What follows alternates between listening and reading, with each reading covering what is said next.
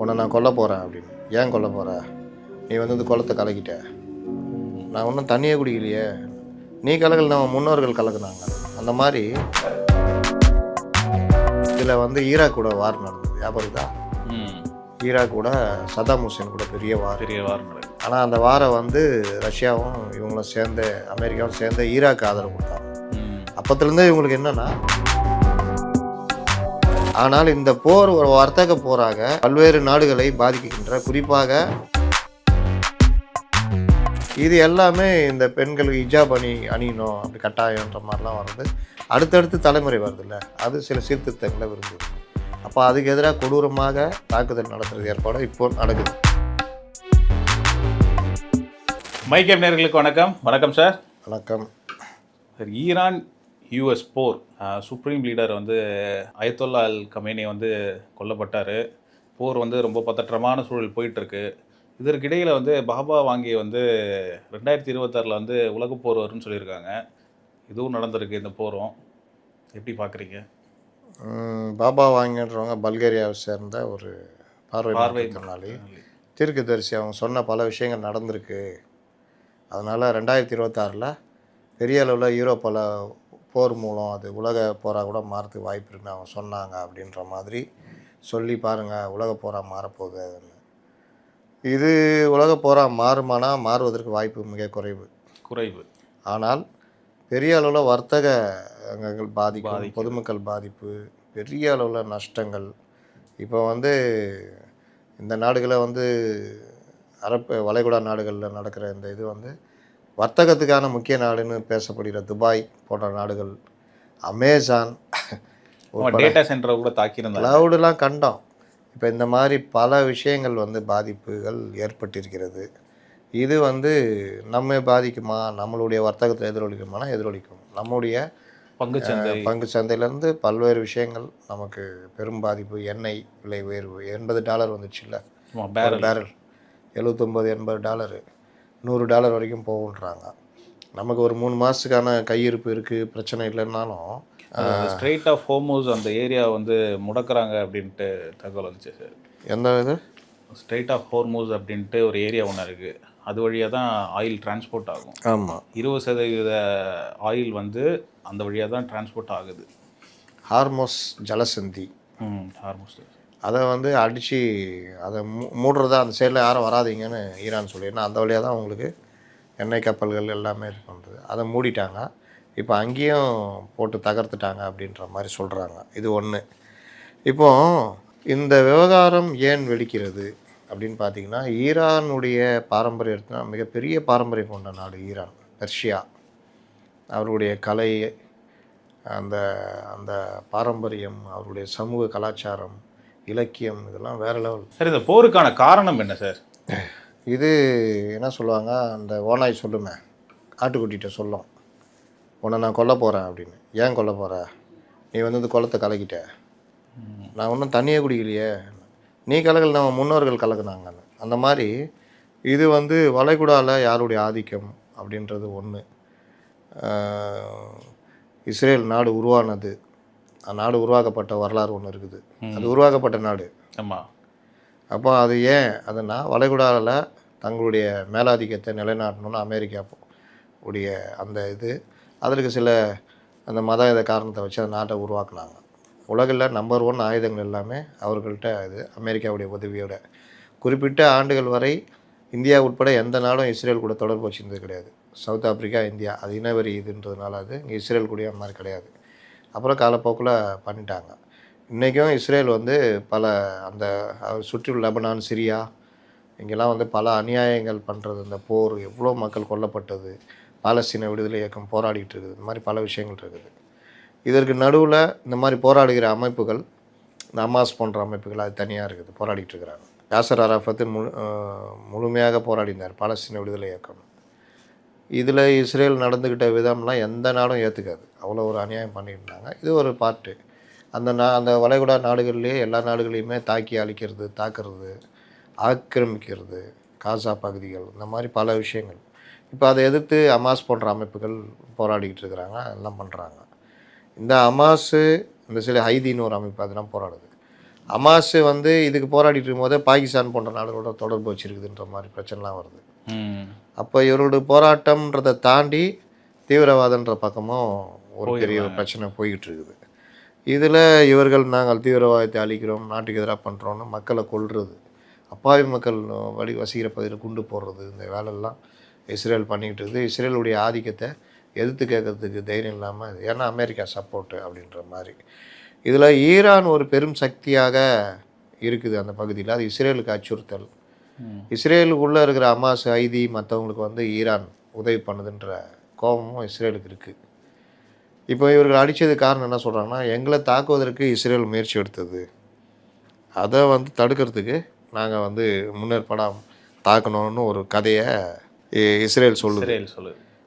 இன்னொரு பக்கம் அமெரிக்கா அணுசக்தி ஒப்பந்தம், அணுசக்தியை ஈரான் தயாரிக்கிறதுன்றது அந்த பகுதி முழுவதுமே பிரச்சனை, மற்ற நாடுகளுக்கு பிரச்சனைன்றதுனால அது சம்மந்தமான ஒரு கட்டுப்பாடு, பொருளாதார தடை விதித்தாங்க. அப்புறம் பேச்சுவார்த்தைகள் 2-3 சுற்று போச்சு. இதில் அணுசக்தியை வச்சுருக்காங்க, இவங்க வந்து ஆதிக்க நாடாக வளர்கிறாங்கன்னு போய் இறங்கி அமெரிக்கா அடிக்கிறாங்கன்னு. இந்த விவகாரத்தில் நான் எப்படி பார்க்குறேன்னா, கார்த்தி சிதம்பரம் நீங்கள் ஒரு பேட்டி கொடுத்துருந்தார், அதுதான் கரெக்டு. ஈரானுக்குள்ளே நடக்கிற விஷயங்கள், அந்த நாடு அந்த மக்களை நடத்துகிற விதம், அங்கே இருக்கிற பொருளாதார பிரச்சனைகள், அது யாரும் ஏற்றுக்கொள்ள முடியாது.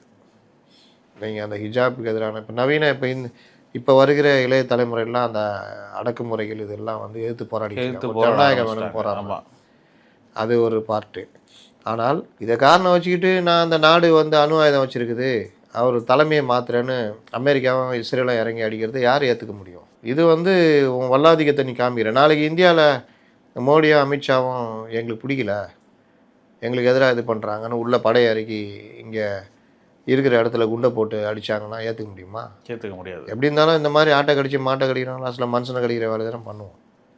இந்தியா பெரிய நாடுனால அவங்களால இந்தியாவை முறைக்கிறதுக்கு பயப்படுவாங்க, சைனா பயப்படுவாங்க. இந்த மாதிரி நீங்கள் ஈராக்கில் தலையிட்டு தலைமையை மாத்திரம் பண்ணி ஈராக் அதிபரே பிடிச்சி தூக்கு போட்டதெல்லாம் பார்த்தோம்.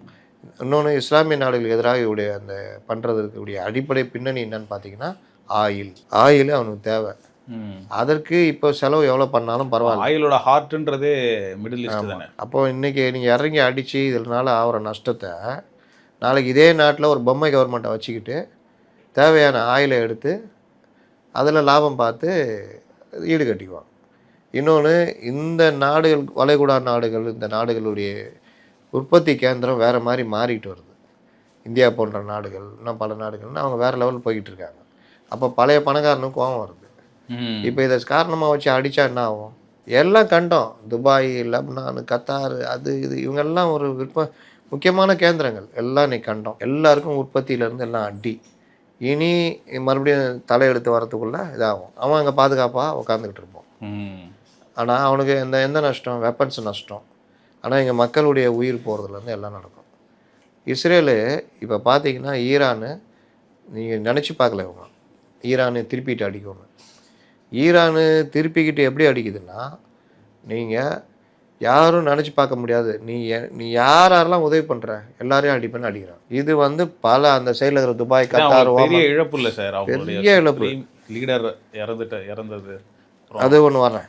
இப்போ இந்த மாதிரி அந்த வல்லாதிக்கம் இருக்குல்ல, வல்லாதிக்க மனப்பான்மை, அது ஒரு விஷயம்னு வச்சுங்களேன். இஸ்ரேலுடைய அடிப்படை என்ன? அவங்க வந்து 16ஆம் நூற்றாண்டுலேருந்து ஒரு பெரிய, அதை ஏற்கனவே பெர்ஷியா ஒரு பெரிய நாடு, ஒரு இது 16ஆம் நூற்றாண்டுக்கு அப்புறம் அங்கே வந்து ஷியா முஸ்லீமுடைய இதுதான். இப்போ மற்றனா முஸ்லீம் கண்ட்ரிலும் இவங்களுக்குமே பிரச்சனை என்னென்னா, அவங்கெல்லாம் சன்னி பிரிவு, இது மட்டும் ஷியா முஸ்லீமுடைய அந்த பிரிவு, ஷியா இஸ்லாமுடையது. ஷா மன்னர் ஆட்சியில் தான் பகல்வி ஷான்றது தான் 20ஆம் நூற்றாண்டில் இருந்தாங்க. அந்த இது வந்து ஓரளவுக்கு அவங்க லிபரலாக ஓரளவுக்கு இருந்தது. அதாவது அந்த ஷா பீரியடில் அந்த பழைய கல்வி முறைகள் மாற்றி நவீன கல்வி கொண்டு வர்றது, பெண்களுக்கான கல்வி, இது கொஞ்சம் சீர்திருத்தங்கள், இந்த ஹிஜாப், இந்த மாதிரி விஷயங்களில் கொஞ்சம் லிபரலு, ரயில்வே ட்ராக், இது இந்த மாதிரி பல விஷயங்களில் அந்த 20ஆம் நூற்றாண்டுடைய ஆரம்பங்களில் அந்த ஷா பகல்வின் பேர், அவர் ரெசா ஷா பகல்வி, அவர் செகண்ட் வேர்ல்டு வார் டைமில் அவர் இறந்துருவார். அவருக்கு பிறகு தான் அடுத்த ஷா வருவார். இந்த மாதிரிலாம் பண்ணிகிட்டு இருந்தாங்க. அடுத்த ஷா தான் முகமது ரேசா ஷா. அந்த ஷாவை வீழ்த்தி தான் இஸ்லாமிக் 79 ஒரு இஸ்லாமிக் கவர்மெண்ட்டுன்னு இவங்க அயத்துல்லா கொமேனி அமைக்கிறார். இது ஈரானுடைய வரலாறு. இவர் வந்து என்னென்னா நில சீர்திருத்தம், கல்வி சீர்திருத்தம், இந்த மாதிரி விஷயங்கள்லாம் பண்ணியிருக்காரு. ஈரானில் ஆயில் கண்டுபிடிச்ச பிறகு அவங்களுடைய எல்லாமே மாறுது. வருமானம், மற்ற விஷயங்கள் அது இந்த ஷா பீரியடில் நல்லாவே கொண்டு போகிறாங்க. இவர் வந்து ஒரு யூரோப் கண்ட்ரிஸோட இந்த ஷா அமெரிக்கன் கண்ட்ரி, ஏன்னா அவங்க தானே வந்து பண்ணி கொடுக்குறாங்க. எப்படி சவுதியோ அந்த மாதிரி ஓரளவுக்கு அந்த இது மாதிரி போயிருக்காங்க. இதில் கொமேனி, அயத்துல்லா கொமேனி ஆரம்பத்தில் 70களிலேயே இஸ்லாமிய அரசு அமையணும், தீவிர இஸ்லாமிய அந்த கருத்துக்கள் இப்படி தான் இருக்கணும், ரிலீஜியஸ் பேஸில் இருக்கணும், அந்த அரசு அமையணும்னா அவர் தனியாக போகணும்னா அவர் நாடு கடத்திடுவாங்க. அவர் அப்புறம் ஜெர்மனு, ஃப்ரான்ஸ்லாம் போய் உட்காந்துக்கிட்டு அங்கேருந்து டேப்பில் பேசி இந்த மக்களுக்கு இது பண்ணுறது உள்ளே ஒரு புரட்சி கும்பலை உருவாக்கி கடைசியில் இவருக்கு ரொம்ப பிரச்சனை கொடுக்க ஆரம்பித்தோன்னா, முதலாளித்துவ கவர்மெண்ட் தானே, ஏழைகள் ஒரு பக்கம் வறுமை இருக்கும், கோடீஸ்வரர்கள் ஒரு பக்கம் உருவாக்கிட்டு இருப்பாங்க. இப்போ இது இப்போ மக்களுக்கு ஒரு கோபம் இருக்கும்ல கவர்மெண்ட் மேலே. சவாக்னு ஒரு அமைப்பு ஒன்று, நம்ம இது மாதிரி அது போர்ப்படை மாதிரி தனியாக அந்த வச்சுட்டு யார் யார் கவர்மெண்ட்டுக்கு எதிராக இருக்காங்களோ அவங்களாம் தூக்கிட்டு போய் கொள்வது, சித்திரவதை பண்ணுறது, இதெல்லாம். அப்போ இயல்பாகவே மக்களுக்கு அந்த கோபம் வந்துக்கிட்டே இருக்குது. அது வரும்பொழுது கொமேனி வந்து இஸ்லாமியர்களுக்கான ஆட்சி அமையணும் அதுன்னு அவர் தனியாக பண்ணும்பொழுது ஒரு மக்கள் புரட்சி வெடிக்குது. அந்த ஷாக்கும் கேன்சரு. அப்புறம் அவங்க தப்பிச்சு அமெரிக்காவில் போய் ஐக்கியமாக வர்றாரு. ஏன்னா இந்த மாதிரி நல்லவர்களாம் அமெரிக்காவில் தான் ஐக்கியம். இங்கே இஸ்லாமிய கவர்மெண்ட்டு 79 வருது. கொமேனி அதிலிருந்து ஈரான் முதல் இஸ்லாமிய அரசுன்னு அமைச்சிட்டு சுப்ரீம் லீடர், அது கீழே பிரசிடெண்ட்டு மற்றதெல்லாம் இருப்பாங்க, அந்த மாதிரி உருவாக்குனாங்க. இதில் என்னென்னா மன்னராட்சியை முடிவு கொண்டு வந்து இஸ்லாமிய ஆட்சி நான் கொண்டு வந்தோம், மத குருமார்கள் ஆட்சி அப்படின்னு கொண்டு வந்து கொமேனி தான் சுப்ரீம் லீடர்னு, அயத்துல்லா கொமேனி. இதுக்கு முன்னாடி உள்ள கொமேனி அவருக்கு பிறகு தான் இவர் வர்றாரு. இதில் என்ன பிரச்சனைனா ஹிஜாப் கட்டாயம், இந்த மத இது வந்து கட்டாயமாக ரெஸ்ட்ரிக்ஷன்ஸ் அதிகம். அப்படி வந்தால் என்ன ஆகுனா, இப்போ கூட ஆப்கானிஸ்தானில் பார்த்தீங்கன்னா ஒரு கணவன் தன் மனைவியை எலும்பு முறிவு ஏற்படாத அளவுக்கு அடிக்கலாம் அந்த மாதிரிலாம். அது ஒரு இது. அப்போ அந்த மாதிரி நீங்கள் இந்த மாதிரி விஷயங்கள் என்ன ஆகுனா பெண்ணடிமைத்தனம் அதிகம் வரும். இது எல்லாமே இந்த பெண்களுக்கு ஹிஜாப் அணியணும் அப்படி கட்டாயன்ற மாதிரிலாம் வருது. அடுத்தடுத்து தலைமுறை வருது இல்லை, அது சில சீர்திருத்தங்களை விரும்புது. அப்போ அதுக்கு எதிராக கொடூரமாக தாக்குதல் நடத்துறது ஏற்பாடு இப்போ நடக்குது. இதில் வந்து ஈராக் கூட வார் நடந்தது, ஞாபகம் இருக்குதா? ஈராக் கூட சதாம் ஹுசேன் கூட பெரிய வார் நடக்குது. ஆனால் அந்த வாரை வந்து ரஷ்யாவும் இவங்களும் சேர்ந்து அமெரிக்காவும் சேர்ந்து ஈராக்கு ஆதரவு கொடுத்தாங்க. அப்போத்துலேருந்தே இவங்களுக்கு என்னென்னா ஈரானை ஒடுக்கணும் அப்படின்னு. ஈராக்கோ மற்ற முஸ்லீம் நாடு, சவுதி அரேபியா மற்ற நாடுகள் இவங்களும் எப்படி பார்ப்பாங்கன்னா இவங்க வந்து ஷியா முஸ்லீம் அப்படின்ற மாதிரி ஒரு அந்த அவங்களுக்குள்ளே ஒரு பிரிவினை. ஆமாம். ப்ளஸ்ஸு வர்த்தகம், இதுக்கு பின்னாடிலாம் பார்த்தீங்கன்னா அந்த எண்ணெய் வர்த்தகம், ஆயில் தான் இருக்குது, அதான் இருக்கும். இது நடக்கும் பொழுது இது நடந்து பண்ணுறதுல பின்னாடி மொசாடு, சிஐஏ இந்த உலக கிளர்ச்சியை தூண்டி விடணும்ல, இந்த வேலைலாம் தனியாக, அது தனியாக. நீங்கள் அவங்க கண்ணை எடுத்து அவங்க விரல எடுத்து அவங்க கண்ணே குத்துறதுன்னுவாங்களா, அந்த மாதிரி இஸ்லாமிய நாடுகளுடைய இதை பயன்படுத்தி இஸ்லாமிய நாடுகளே அழிக்கிறது, ப்ளஸ் இஸ்ரேலை வச்சும் கூடுதலாக பண்ணுறது. இதுதான் அந்த ஏகாதிபத்திய அமெரிக்காவுடைய ஒர்க்கு. இதுக்கு அவர்கள் 1000 காரணம் சொல்லிக்குவாங்க. ஜனநாயகத்தை நாங்கள் நிலைநாட்டுறோம், அதை பண்ணுறோம், இதை பண்ணுறோன்னு. அதனுடைய வெளிப்பாடு தான் இது. ஏன் ஈரானுக்கும் அமெரிக்காவுக்கும் பிரச்சனைனா, ஈரான் தூதரகம் அங்கே 79 வந்த உடனே தூதரகத்துலேருந்து ஒரு 450 பேர்கிட்ட பிடிச்சி வச்சு கொடுமைப்படுத்தி லாஸ்ட்டில் அது கிட்டத்தட்ட ஒரு வருஷம் பொறுத்து விட்டாங்க. அதுலேருந்து ஆமாம், அதுலேருந்து பிரச்சனை வந்து ரொம்ப கொடுமையாக போச்சு. அதுக்கப்புறம் அணுசக்தி ஒப்பந்தம், இந்த அணுசக்தி ஒப்பந்தம் தான் இப்போ பிரச்சனைக்கு அடிப்படை காரணமாக சொல்கிறாங்க. ஆனால் ஒபாமா பீரியட்லேயே போட்டாச்சு இல்லை சார் இது? ஒபாமா பீரியடில் போட்டாங்க. ட்ரம்ப் வந்து இப்போ 2018 அந்த இதை ஒப்பந்தத்தை முறியடிச்சிட்டு நான் வெளியேறேன் அந்த ஒப்பந்தத்தில்னு சொல்லிட்டு மறுபடியும் இப்போ மிரட்டி பேச்சுவார்த்தை அதுன்னு சொல்லிட்டு அப்போயே வந்து ஒரு ட்ரோன் ஸ்ட்ரைக் பண்ணி யாரையோ கொண்டாருல்ல ட்ரம்ப். ஆமாம், அந்த ஒரு பெரிய தளபதி, அந்த தளபதி வந்து காசிம் சுலைமானி, அவரை கரெக்டாக குறி வச்சு அவரை காலி பண்ணாங்க. இப்போ வந்து அதாவது ஈரானுடைய அந்த அவங்க என்ன சொல்கிறாங்க, நாங்கள் வளர்ச்சி திட்டத்துக்கு மின்சாரம் தயாரிக்கிறதுக்கு இதுக்கு தான் நாங்கள் யுரேனியத்தெல்லாம் பயன்படுத்துகிறோன்றாங்க. இல்லை நீ அணு ஆயுதம் தயாரிக்கிறது தான் பண்ணுற அப்படின்னு. இந்த இதில் வந்து ஏகப்பட்ட தடை இருக்குது ஈரானுக்கு. இப்போ வந்து அவங்க ஒரு 60% தான் ரீச் ஆகிருக்காங்களாம். அணு ஆயுதம் தயாரிக்கிற அளவுலாம் இது இல்லை, 90% வேணுன்றது. அப்போ அதுக்குள்ளே இவங்க வந்து இந்த அடிக்கிற வேலையை பண்ணியிருக்காங்கன்றது. இந்த விவகாரங்களில் ஒரு 3-4 விஷயங்கள் பெருசாக ஈரானுக்குள்ளே இருக்குது, ப்ளஸ் இவர்களும் உருவாக்குறாங்க. அதில் ஒன்றுன்னா ஏற்றுமதி தடை, பொருளாதார தடை. அப்போ அவங்களுக்கு பிரதான இதில் அடிப்படுது, வேறு எந்த இதுவும் பண்ண முடியாது. ஆயுதங்கள் தயாரிக்கிறதுக்கு ஏகப்பட்ட பொருட்செலவாகும். இதெல்லாம் யார் தலையில் விழும்? பொதுமக்கள் தலையில் தான். அப்போ பொதுமக்கள் போராட்டம் வெடித்து கிளம்புதா? இப்போ 3000-4000 பேர் கொல்லப்பட்டாங்கன்னு. அப்போ அரசுக்கு எதிராக பொதுமக்களுடைய போராட்டங்கள் ஏதோ ஒரு வகையில் கிளம்புது. அவர்கள் அதை மூர்க்கத்தனமாக அடக்குகிற வேலை நடக்கும் பொழுது இன்னும் கொஞ்சம் அதிகமாகுது. இது ஒரு பக்கம்னா, இந்த இளைஞர்கள், பெண்கள் இப்போ நவீனமாக வர்ற ஈரானியன்ஸு அவங்க ஹிஜாப்பு இந்த மாதிரி விஷயங்களுக்கு அடிப்படை எதிராக அவர்கள் கிளம்புறாங்க. இது அவர்களை அதை நோக்கி தள்ளுறதுக்கான வேலையும் மொசாடு, சிஐஏ எல்லாம் பண்ணோம். ஏன் நம்ம ஏன் இப்படி இருக்கணும், நல்லா தானே, நல்லா இருக்கணும், நல்லா படிக்கணும், இந்த தடை எதுக்கு ஹிஜாப் இருக்கணும் அதுன்னு. அது மதம் சார்ந்த விஷயம்னு அவங்க பார்ப்பாங்க. இவங்க மதம் நம்பிக்கை எனக்கு இருக்குது, ஆனால் நான் இது பண்ணி தான் பண்ணுமா, என்ன அவசியம் அப்படின்றது. அப்போ இந்த விவகாரம் வந்து அரசுக்கு எதிராக இளைய சமுதாயத்தில் இது பண்ணுது. அப்போ ஒரு அரசு மதம் சார்ந்த விஷயங்களாக இருந்தாலும் காலத்துக்கு ஏற்றாறு போல் சில லிபரேஷன்ஸ் இந்த மாதிரி விஷயங்கள் கொண்டு வரணும். இல்லைன்னா சிக்கலாகிடும். சவுதியே எடுத்துக்கங்க, சன்னி முஸ்லீமுடைய தாயகம் தான் சவுதி அரேபியா தான். இன்றைக்கி அங்கேயே பல மாற்றங்கள், பல விஷயங்கள். துபாயெலாம் நீங்கள் பார்த்தீங்கன்னா காலத்துக்கு ஏற்ற யூரோப் கண்ட்ரியில் இருக்குமா துபாயில் இருக்குமான்னு தெரியாது. அப்போ அந்த மாற்றங்கள்ன்றது ரொம்ப முக்கியம். இப்போ அது ஒன்று. இது இல்லாமல் இஸ்ரேலுக்கும் இவங்களுக்கும் நடக்கிற ஷேடோ வார், ஷேடோ வாரில் இது எல்லாமே வந்துடும். நான் சொன்னதெல்லாம் இவனும் அங்கே பண்ணிக்கிட்டு இருக்கிறான். இவங்க வந்து என்ன பண்ணுறாங்க, அங்கே ஹைதிக்கு மற்றவங்களுக்கு ஈரான் பண்ணுது. இதனால இஸ்ரேலுக்கு இவங்களுக்குமே பெரிய பிரச்சனை ஓடிட்டு இருக்கு, இல்லாமல் மறைமுகமாக. ஆமாம். அதே மாதிரி இப்போ இருக்கிற அயத்துல்லா கமேனி, அவர் கிட்டத்தட்ட 85 இறந்துட்டார் வச்சுங்க. 86 வயசு ஆகுதுன்னா இப்போ அவருக்கு மேலே மாற்று வேணுன்ற ஒரு கருத்தையும் உள்ளே இருந்து கிளப்பி விட்றாங்க. மாசா அமினின்னு ஒரு 22 வயசு பொண்ணு ஹிஜாப்பை கழட்டினதுக்கு அதை கொண்டு போய் காவலில் இருக்கும்போது செத்து போயிடுவாங்க, கொண்டுருவாங்க. ஆமாம். அதுக்கப்புறம் அது ஒரு பெரிய போராட்டமாக மாறும். அதில் துப்பாக்கி சூடு அது இதுன்னு ரொம்ப பேர் இதாகிடுவாங்க. பெண் சுதந்திரம் வேணும் அதுன்னு கேட்டு, இப்போ கல்வி வேணும் அதுன்னு, இது எல்லாமே பெரிய ஒரு பிரச்சனையாக மாறும்.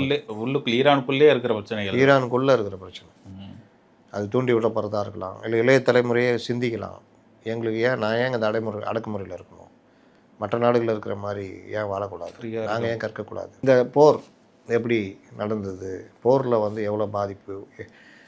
இப்போ சொல்லுவாங்கள்ல, உலக வல்லாமை நாடு அமெரிக்கா வந்து பெரிய இது, இஸ்ரேல் வந்து நம்பர் 1 ஆயுதங்கள் வேறு லெவல்னு. ஆனால் ஈரானுடைய அந்த வெப்பன்ஸ்லாம் இருக்குல்ல, அது வந்து வேறு லெவல்ன்றது இப்போ இதில் வெளிப்படுது. நீங்கள் டெல் அவிவ் இன்றைக்கி அடித்து பற்றிக்கிட்டு எரியுது, ஏராளமான கொல்லப்படுறாங்க. இஸ்ரேலு வந்து இன்றைக்கி பிரதமரே பதுங்கு இதில் பண்ணுற அளவுக்கு இன்றைக்கி அடித்து திருப்பி அடிக்கிறாங்க. அமெரிக்கா தளங்களை கொடுத்து ஈரானை தாக்கிறதுக்கு கொடுத்த நாடுகள், எல்லா நாடுகள் மேலேயும் ட்ரோனு மிசைல்லாம் போட்டு அடிக்க ஆரம்பிச்சிட்டாங்க. இதில் துபாயிலிருந்து பல நாடுகள் இன்னைக்கு கண்டமாகுது.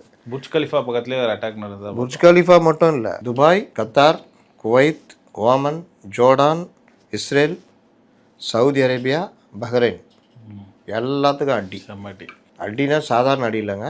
நீங்கள் அதில் பார்த்தீங்கன்னா Burj Al Arab hotel smash பண்ணிட்டாங்க அப்படின்னு தகவல். இது வந்து இந்த ஹோட்டல் வந்து துபாயுடைய ஒரு அடையாளத்தில் அது ஒன்று. புர்ஜ் கலிஃபா மாதிரி இது ஒரு இது. புர்ஜ் கலிஃபாலையும் போட்டாங்க. Burj Khalifa பக்கத்துலையா?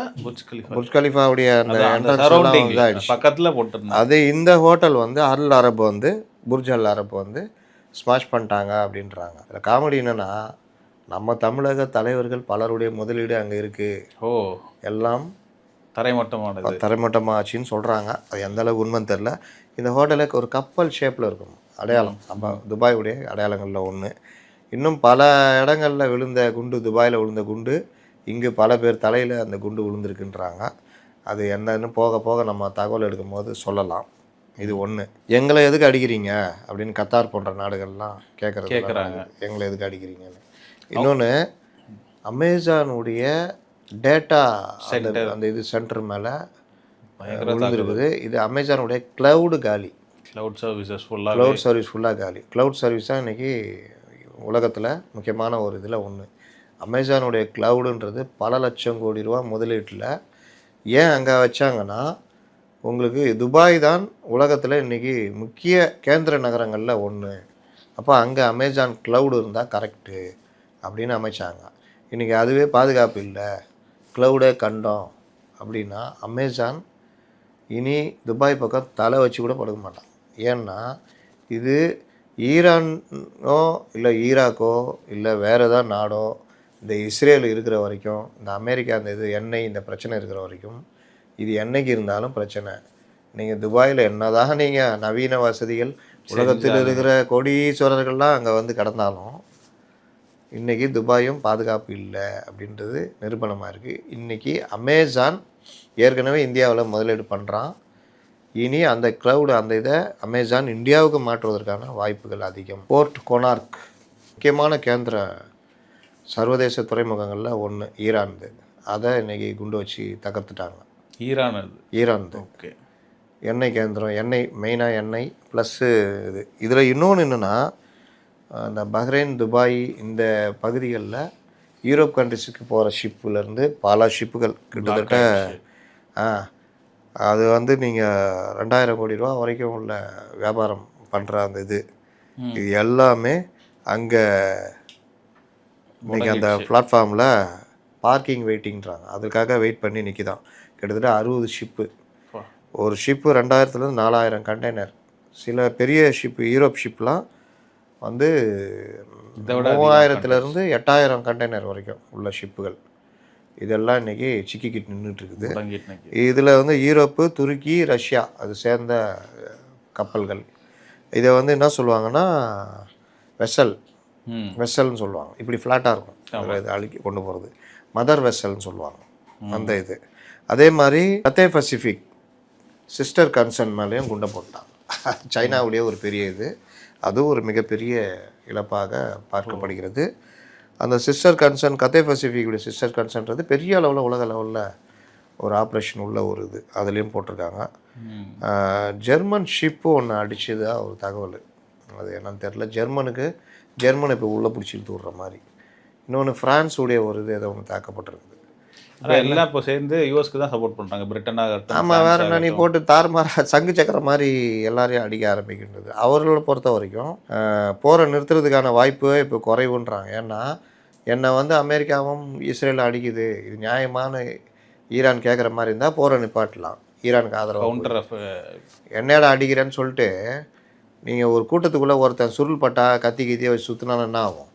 சேதாரம் எல்லாருக்கும். அந்த மாதிரி என்னை அடிக்கிறதுக்கு நீங்களாம் ஹெல்ப் பண்ணுறீங்களான்னு சொல்லிட்டு இந்த வளைகுடா நாடுகள் மேலெல்லாம் போடுறப்போ உங்கள் மேலே அடிக்கலை, அந்த வலைதளம் அந்த இடத்துக்கு மேலே மட்டும்தான் போடுறேன். எங்கெங்கே எது முக்கியம்? இப்போ அமேசான் க்ளவுடுன்னா என்ன வருது? அவன் தான் இந்த சைபர் அட்டாக்லேருந்து பல விஷயங்களுக்கு அவனை பயன்படுத்திகிட்டு இருப்பாங்க. அதில் தூக்கி போட்டால் உங்களுக்கு தகவல் தொடர்பு வந்து எல்லா விஷயங்களுக்குமே உங்களுக்கு தெரிய இடம். அப்போ இந்த மாதிரி பல விஷயங்களை இவங்க பண்ணுறதுனால இன்றைக்கி எல்லாருமே ஈரானை எப்படி நிறுத்துறது, இந்த வாரம் எப்படி நிறுத்துறதுன்றதுல பெரிய பிரச்சனையாக இருக்குது. கண்டினியூ ஆகும், 4 வாரம் போகும் அப்படின்லாம் சொல்லி தாராளமாக போகும். இது இந்திய பங்கு சந்தையிலும் பெருசாக இது பண்ணுறது. இப்போ இங்கேருந்து பெரிய அளவில் எக்ஸ்போர்ட் இருக்குது. நம்மளுடைய இந்த விவசாயம் சார்ந்த பொருட்கள் அது எல்லாமே பாதிக்கப்பட்டு நிற்கிது. இதில் ஈரான் வந்து இவங்க சாதாரணமாக இடம் போட்டாங்கன்னு சொன்னால நான், ஈரானை வந்து இவங்க அடித்தா இதாகிடுவாங்க. ஈரானை ஏவுகணைகளின் நாடுன்ற அளவுக்கு அவ்வளோ ஏவுகணை, ட்ரோனு ஏவுகணைகள் அவ்வளோ வச்சுருக்காங்க. இஸ்ரேல் தான் நம்பர் 1 ஏவுகணைகள் இதெல்லாம் வச்சுருப்பாங்கன்னு சொல்லுவாங்க. ஏன்னா அமெரிக்காவுடைய இது மொத்த இதுன்னு, அமெரிக்காவுடைய விமானம் வந்து நவீன விமானங்கள், இதெல்லாம் நவீன விமானங்கள்லாம் இருக்குது. அவங்களுடைய அந்த இது பங்கரு அந்த இதெல்லாம் ஷெல்லு மற்ற விஷயம்லாம் இருக்குது. ஆனால் அதை தாண்டி நீங்கள் பார்த்தீங்கன்னா இதில் ஈரானுடைய இந்த இது வந்து வேறு லெவலில் இருக்குது. ஹைப்பர்சோனிக் மிசைல்ஸ் ஃபத்தா 2 இது வந்து ஒலியை விட 15 மடங்கு வேகம் போகும். இது வந்து கிட்டத்தட்ட அதோட இலக்கு 1500 கிலோமீட்டர் தூரத்தில் இருக்கிறதையும் வச்சு செட் பண்ணி விட்டிங்கன்னா போய் அடிக்கும். இதுதான் ஈரான் பயன்படுத்துகிறாங்க. ஆமாம், இது வந்து நீங்கள் இவங்க ஒரு இது வச்சுருக்காங்க, என்னது தெரியுமா? இஸ்ரேல் சொல்கிறீங்களா? அயன் டோம்னு ஒரு இது S-400 நம்மள்ட்ட இருந்தது இல்லை, உள்ளே நுழைஞ்சாலும் அடிச்சிடும். அந்த மாதிரி அயன் டோம்னு இஸ்ரேல் வச்சுருக்கான். இந்த ஃபத்தா 2 வந்து அதையே ஏமாத்திட்டு போய் அடிக்கிற அளவுக்கு வல்லமை வாய்ந்தது இருக்கா. அதே மாதிரி பாலிஸ்டிக்ஸ் ஏவுகணை இது வந்து கிட்டத்தட்ட 2000 கிலோமீட்டர் இது திடீர் பொருள் இயங்குறது தான். இது ரொம்ப மோசமானது. இதை தான் வச்சு படிச்சுக்கிட்டு இருக்கிறாங்க எல்லா இடத்துலையும். அதே மாதிரி கெர்ரம் ஷாகர் 4 1500 கிலோ வெடி மருந்தை கொண்டு போகிற அளவுக்கு 2000 கிலோமீட்டர் ட்ராவல் பண்ணுமா. அது 2000 கிலோமீட்டர் இலக்கு தாக்குறதுன்றது. இது இல்லாமல் நவீன ஆளில்லா விமானங்கள் ட்ரோன்ஸ் மேக்ஸிமம் எல்லாரும் யூஸ் பண்ணுவாங்க. ஆமாம், அது மொஹஜட் 10 அப்படின்னு ஒரு இது 300 கிலோ வெடி மருந்து கொண்டு போவோம். 2000 கிலோமீட்டர் தொலைவை சென்று தாக்கக்கூடியது. அந்த அளவுக்கு ஒரு இது 24 மணி நேரமும் பறக்குமா அது. ம். அது ஒரு இது. அதே மாதிரி ஷாகட் 136 ம். இது வந்து காமிகேசோ ட்ரோன் சொல்லுவாங்க, தற்கொலை படை ட்ரோன்கள்னு சொல்லுவாங்க. அது வாட்டில் வந்து உழுந்துக்கிட்டே இருக்கும், கட கட கட. நம்ம இவன் காமிகேசோ இங்கே தானே அடித்தாங்க நமக்கு, பாகிஸ்தான் நமக்கு அடிச்சுக்கிட்டே இருந்தான். ம். நம்ம S-400 இங்கேருந்து டக்கு டக்கு டக்கு டக்குன்னு அடிச்சுக்கிட்டே கவுண்டர் இருந்தோம். அட்டாக் பண்ணி S-400 ஆமா, ஆமா. உலகத்தில் 2-3 நாட்டில் தானே இருக்குது. ரஷ்யா அவனுக்கு சைனா கொடுத்தான் பாகிஸ்தானுக்கு S-300 என்னமோ, நம்ம 400. ரஷ்யா கிட்ட வாங்கிடணும். அவன் அனுப்ப அடிச்சுக்கிட்டே இருந்தாங்க. அது நடந்தது. அயன் டேம்னு சொன்னான்ல, இந்த S-400 மாதிரி, அதுதான் அவங்களுடைய சிறப்பு. இந்த ஷெல் குண்டில் அந்த விமானம் போடுறது அந்த மாதிரி இதெல்லாம் அடித்து இது பண்ணுறோம். ரேடாரு, கட்டுப்பாட்டு மையம் இதெல்லாம் வச்சு அந்த ஒரு 3 செட்டப்பாக இயங்கும் அது. அதே மாதிரி இஸ்ரேல் டாமீர்னு ஒரு ஏவுகணை வச்சுருக்காங்க, அது வந்து ரொம்ப மோசமானது அப்படின்றாங்க. இதில் வந்து அயன் டேம் இருக்குல்ல, 90% அக்யூரேட்டாக பண்ணுன்றாங்க. டார்கெட். ஆமாம். ஆனால் இந்த ஷாகெட் 136 சொன்னல, அதுவும் ஃபத்தா 2 வந்து ரொம்ப மோசமானது. அந்த ஒலியை விட 15 மடங்கு வேகம் அந்த மிசைலு. இதை வந்து இந்த அயன் டோமால் தடுக்க முடியாது. அது 90% இது இருந்தாலும் அவ்வளோ ஒரு சிறப்பான இது அப்படின்றாங்க. அப்போ இந்த மாதிரி நவீன ஆயுதங்களும் இந்த போரில் ஈரான் வந்து அவங்களே உள்நாட்டில் தயாரித்ததுனால இவங்களுக்கு பல இது தெரியல. இப்போ யாருக்காவது ஏற்றுமதி யாருக்காவது விற்றுருந்தா அது டக்குன்னு டீட்டெயில் எடுத்து பண்ணுறது, இந்த மாதிரி அவ்வளோ உள்நாட்டு தயாரிப்பு இதுன்றனால ஈரானுடைய அந்த தாக்குதல்னால் வர சேதம் அதிகமாக இருக்குது. ஈரானில் என்ன பெரிய நஷ்டம்னா கமேனி கொல்லப்பட்டது, ப்ளஸ் இன்னும் 2-3 குடும்பத்தை சேர்ந்த எல்லாருமே கொல்லப்பட்டாங்க. இல்லை, அவர் பையன் இருக்காப்புல தலைமை பதவி யோசிச்சுட்டு இருக்கிறாங்க. இப்போ இது இல்லாமல் முக்கிய அதிகாரிகள் முக்கிய இதெல்லாம் பாதிக்கப்பட்டிருக்காங்க. ஈரானுடைய பிரதான அந்த கட்டமைப்பு இருக்குல்ல, அது எப்படிப்பட்டது அப்படின்னு பார்த்தா, ஈரானிய புரட்சிகர பாதுகாப்பு படைன்னு இருக்குது, IRGC. இந்த இதுதான் அந்த ஈரானுடைய முக்கியமான இராணுவ அமைப்பு. ஒரு பெரிய அட்டாக் பண்ணுறது அவங்க தானே, ஹைகமாண்ட் மாதிரி. அட்டாக்லாம் விட்டுருங்க, எல்லாத்தையும் கட்டுப்படுத்துறது அந்த அமைப்பு தான். அந்த இது பொருளாதாரம், இராணுவம், உளவுத்துறை 3மே அதுவுடைய கட்டுப்பாட்டில் இருக்குது, IRGC கட்டுப்பாட்டில் தான். அந்த IRGCயுடைய லீடர் யாரோ அவர் பெரிய சக்தி. அப்போ அது வந்து பெரிய இது. அடுத்த தலைவர் யாருன்னு அவங்க தான் தீர்மானிப்பாங்க அப்படின்றாங்க. மோஜ்தபா கமேனி, இவர் தான் அயத்துல்லா கமேனியுடைய பையன். அவர் தானே அதிகார மையமாக இருப்பார். வெளியில் பார்க்க தெரியாது. அரசியல், இராணுவம் எல்லாம் அவர் கட்டுப்பாட்டில் தான் இருக்குது. இப்போ அவர் இறந்து போனாலும் கொல்லப்பட்டாலும் இவர் கையில் தான் அந்த இது இருக்குது. மசூத் பெசஸ்கியான், இவர் வந்து ஈரானுடைய அதிபராக இருக்கார். இவர் வந்து கொஞ்சம் ஓரளவு சீர்திருத்தவாதி. இவர் இந்த இடைக்கால குழுவுடைய முக்கிய உறுப்பினராக இருக்கார் அப்படின்னாங்க. குலாம் ஹுசைன் மஹ்சேனி, இவர் யாருன்னா நீதித்துறை தலைவர், சுப்ரீம் கோர்ட்டுடைய இது ஜட்ஜி மாதிரி, சீஃப் ஜஸ்டிஸ் மாதிரி இவர் நீதித்துறையுடைய தலைவர். இவரும் அந்த இடைக்கால குழுவில் இருக்கார். அலிரேசா அராபி, இவர் வந்து அந்த பாதுகாவலர் குழுவுடைய தலைவராக இருக்கார். இவங்களாம் அடுத்த லீடர்ஷிப் குவாலிட்டியில் இருக்கிறாங்க.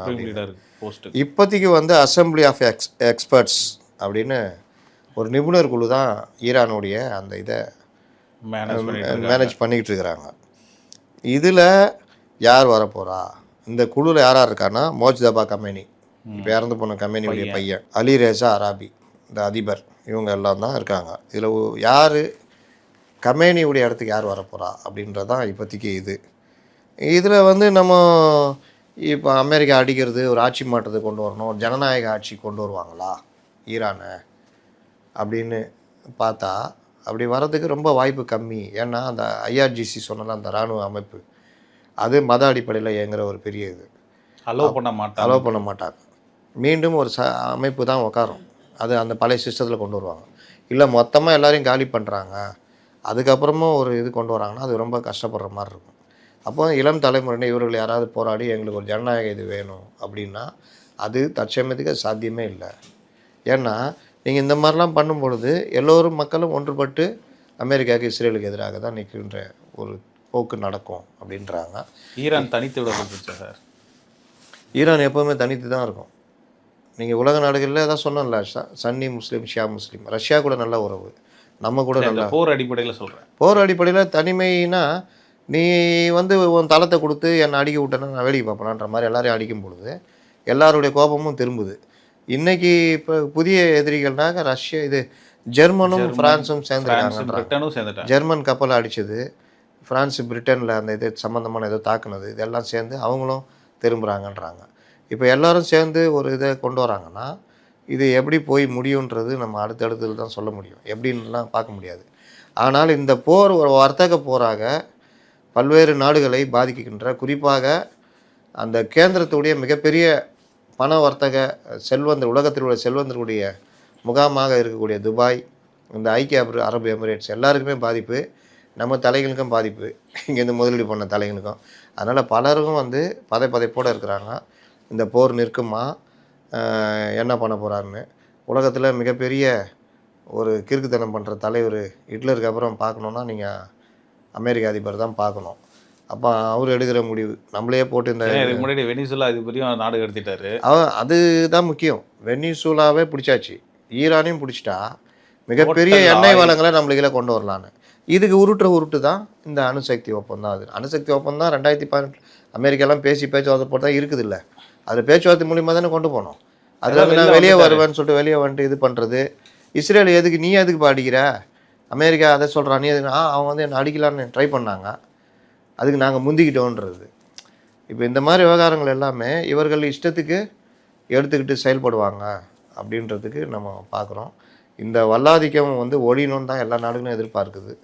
பூனைக்கு யார் மணி கட்டுன்றது ஆண்டாண்டு காலமாக நடந்துகிட்டே இருக்குது. இவர்கள் யாரையும் மதிக்க மாட்டாங்க.